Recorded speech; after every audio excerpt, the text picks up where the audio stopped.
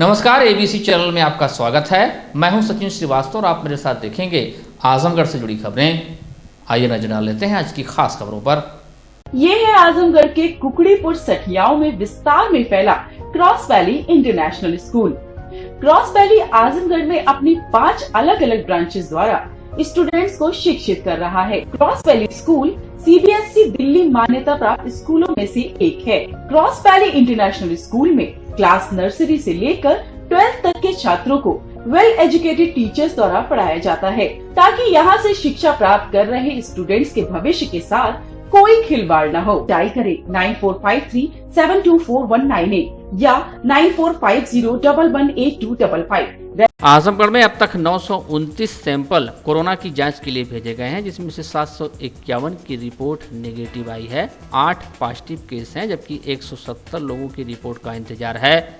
जिलाधिकारी एनपी सिंह ने बताया कि राहत भरी खबर यह है कि मुबारकपुर के चक सिकटी निवासी 65 वर्षीय हबीबुर रहमान की तीसरी कोरोना रिपोर्ट नेगेटिव आई है, इसलिए अब उन्हें डिस्चार्ज करके होम क्वारंटाइन किया जाएगा। जिलाधिकारी ने बताया कि 8वां कोरोना पॉजिटिव मरीज 7वें पॉजिटिव मरीज का 11 वर्षीय भतीजा है।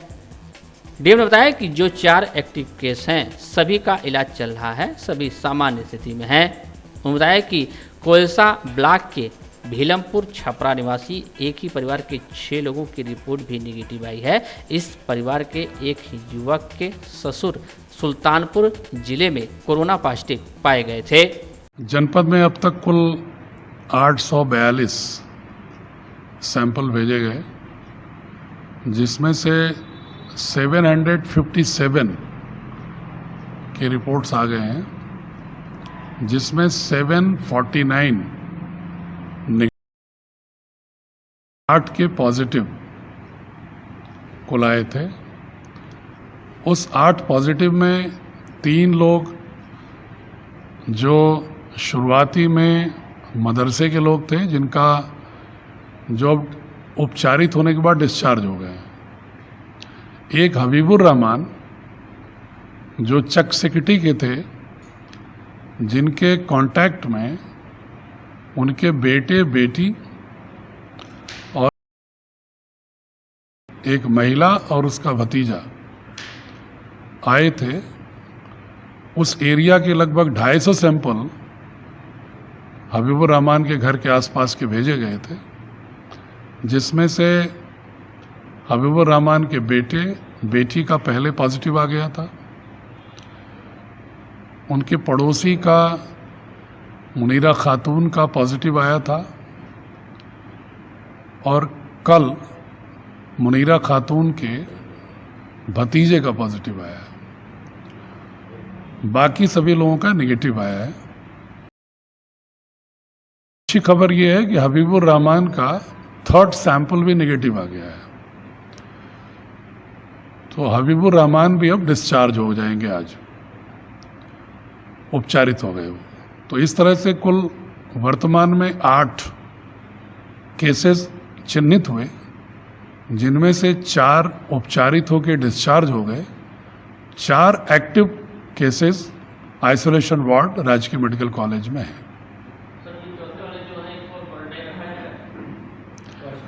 नहीं, जो डिस्चार्ज हो जाते हैं वो फिर होम क्वारंटाइन में ही रहेंगे, क्योंकि उनके घर में सिर्फ 2 बेटे बेटियां जो थे वो ऑलरेडी आइसोलेशन वार्ड में हैं। उनकी वाइफ का नेगेटिव है, उनके घर में और कोई है नहीं, तो उनका home quarantine is safer for him कि वहाँ रहे।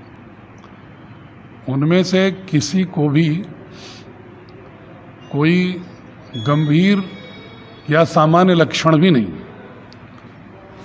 तो इसलिए उनको सामान्य रूप से उपचार की प्रक्रिया में है, वो पूर्णतः स्टेबल हैं और ठीक स्थिति में हैं।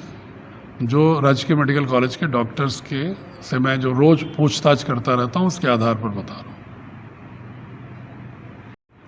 कि एक आशंका मन में थी मेरे भी, कि जो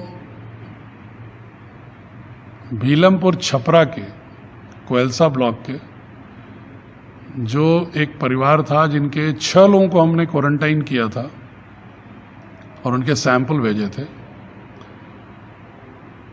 22 तारीख को, इसलिए कि उनके ससुर सुल्तानपुर में पॉजिटिव पाए गए थे और ये लोग सारे लोग उनके साथ रहे थे, कांटेक्ट में थे, क्लोज कांटेक्ट में थे, लेकिन उनका सैंपल नेगेटिव आ गया है सभी का, उनके परिवार के जितने लोगों को भेजा गया था। तो ये भी हम लोगों के लिए अच्छी खबर है कि उनका नेगेटिव है। वितरण में जहां अनियमितता में उनके विरुद्ध कार्रवाई की जा रही है, वहीं पर जो एक शिकायतें आती हैं कि मार्केटिंग से उनको मात्रा कम मिल रही है, या मार्केटिंग को ये शिकायत रहती है कि एफसीआई से कम मात्रा मिल रही है, उनके विषय में हमने तीनों स्तर पर अधिकारियों की बैठक बुला के एडीएम एसडीएम्स की डेडिकेटेड ड्यूटी लगा दिया है कि मार्केटिंग वाला अगर एफसीआई से कम मात्रा है तो ना स्वीकारे, और मार्केटिंग वाला अगर उचित दर विक्रेता को दे रहा है तो उचित दर विक्रेता मात्रा कम होने पर तत्काल हमारे कंट्रोल रूम को सूचित करे, उसको रिसीव तब तक ना करे जब तक उसकी मात्रा पूरी नहीं हो जाती है। और जब भी उनकी कंट्रोल रूम में शिकायत होगी, कोई भी एसडीएम, तहसीलदार या एडीएम रैंक का अधिकारी जाएगा और अपने सामने उसके तौल को आश्वस्त होने के बाद ही फिर उसकी निकासी की प्रोसेस होगा, ताकि सही मात्रा में उचित दर विक्रेता के पास भी पहुंचे और उचित दर विक्रेता भी सही मात्रा में कार्ड धारकों को वितरण करे। लॉकडाउन का कड़ाई से पालन कराने के लिए पुलिस अधीक्षक के निर्देश पर शनिवार को सघन वाहन चेकिंग अभियान चलाया गया। नगर कोतवाली पुलिस ने शहर के कई चौराहों पर वाहन चेकिंग किया, जिसमें बड़ी संख्या में ऐसे वाहन चालक मिले जो बिना कारण के सड़कों पर फर्राटा भर रहे थे, तो कई ऐसे भी थे जो जरूरी कार्य से बाहर निकले थे। पुलिस ने किसी की एक नहीं सुनी और सभी को लेकर नगर कोतवाली पहुंची। कोतवाली में एक साथ इतनी संख्या में वाहन आने से लोगों की भारी भीड़ जमा हो गई। अधिकतर वाहन चालकों ने दवा इलाज को कारण बताया। काम से आए लोग? दवा लेने आया हूँ। कहाँ पे आए थे? डॉक्टर जावेद। क्या हुआ? पिताजी के जो है घुटने में दर्द रहती है। हाँ। फिर क्या हुआ? दवा लेने आया हूँ, जो है यहीं बड़ा देव में जो है रोक के गाड़ी लेके आके मैं पर्चा भी दिखाया, लेकिन बोले नहीं चलिए जो है कोतवाली में। मेरी सासू माँ का संडे को हाथ टूट गया था, मैं प्रकाश हॉस्पिटल में भर्ती किया था। इनका मतलब ऑपरेशन हुआ, परसों का राड पड़ा, आज छुट्टी हो गई तो घर जा रहे थे, पकड़ लिए।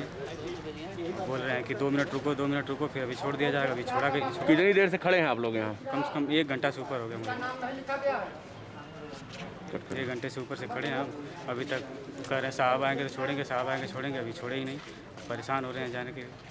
सीओ सिटी ईला मारन ने बताया कि कुल 45 वाहनों का चालान किया गया है। सभी के खिलाफ 188 के उल्लंघन और एमवी एक्ट के तहत कार्रवाई की जाएगी।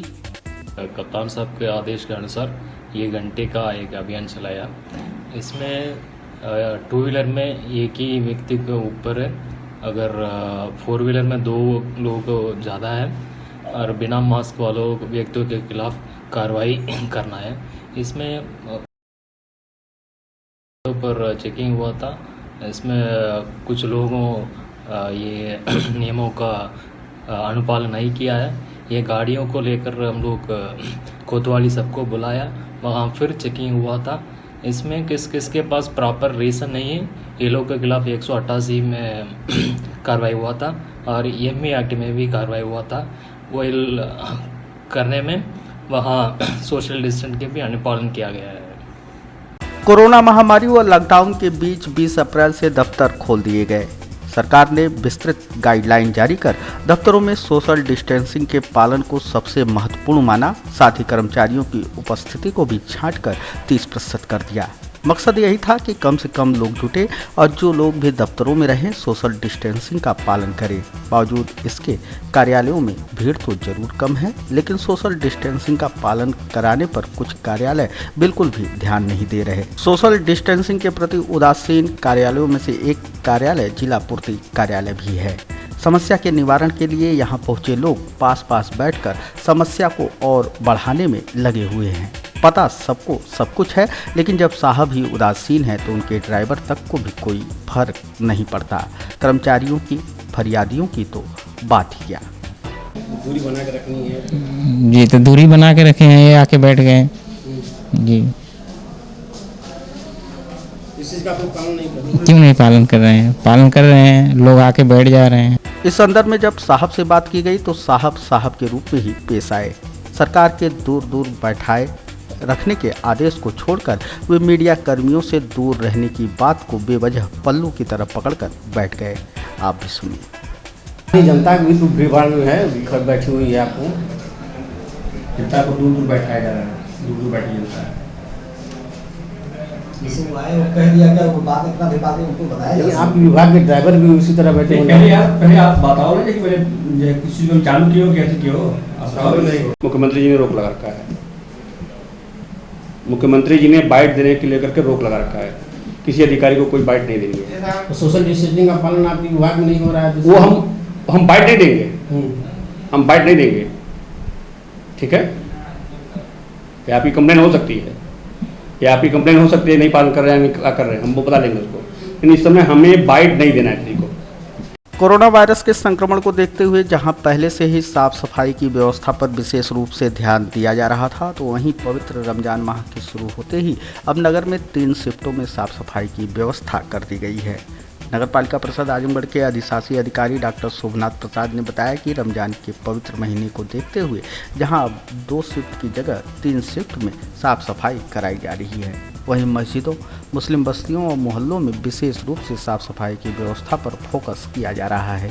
जलकल की व्यवस्था सुदृढ़ कर जल आपूर्ति सुनिश्चित की जा रही है। शुरू से ही पानी में छिड़काव किया जा रहा है, 3 शिफ्ट में सफाई की जा रही है। जहाँ जहाँ कूड़े का ढेर वहाँ उठा करके वहाँ ब्लीचिंग का पाउडर डाला जा रहा है।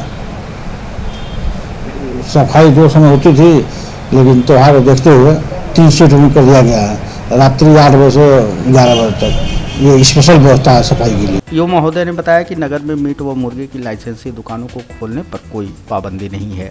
नगर में 75 दुकानें ऐसी हैं जिनके पास लाइसेंस है, लेकिन सोशल डिस्टेंसिंग व महामारी के चलते घटी मांग को देखते हुए दुकानें नहीं खुल रही।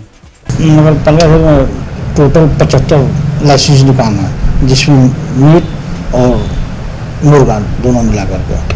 अंडा मछली की लाइसेंस दुकानें आपके यहाँ है? नहीं, अंडे का लाइसेंस तो नहीं है, लेकिन उनको बेचने के लिए रमजान महीने को देखते हुए उनको बेचने के लिए अनुमति दी गई है। तो क्या कारण है लोग मीट मछली दुकानें नहीं खोल रहे हैं लॉकडाउन में, जो शासन द्वारा आदेश भी कर दिया गया है? एक तो सोशल डिस्टेंसिंग का भी मामला है, और मीट की दुकान ऐसी है कि वहाँ जब कटता है तो स्वाभाविक लोग वहाँ भीड़ लगा देते हैं, इसलिए वो न कटता हो तो उनका इशू है, क्यों नहीं काट रहे हैं। हमारे तरफ से कोई उनको रोकने का प्रतिबंध नहीं लगाया गया है। प्रधानमंत्री नरेंद्र मोदी के आह्वान पर पूरा देश कोरोना के खिलाफ लड़ाई में एकजुट हो गया है। देश के सभी नागरिक अपनी जिम्मेदारियों का निर्वहन कर रहे हैं। इस संकट की घड़ी में कोरोना वॉरियर्स मानवता के सुरक्षित भविष्य के लिए लड़ाई में अग्रिम पंक्ति में खड़े हैं।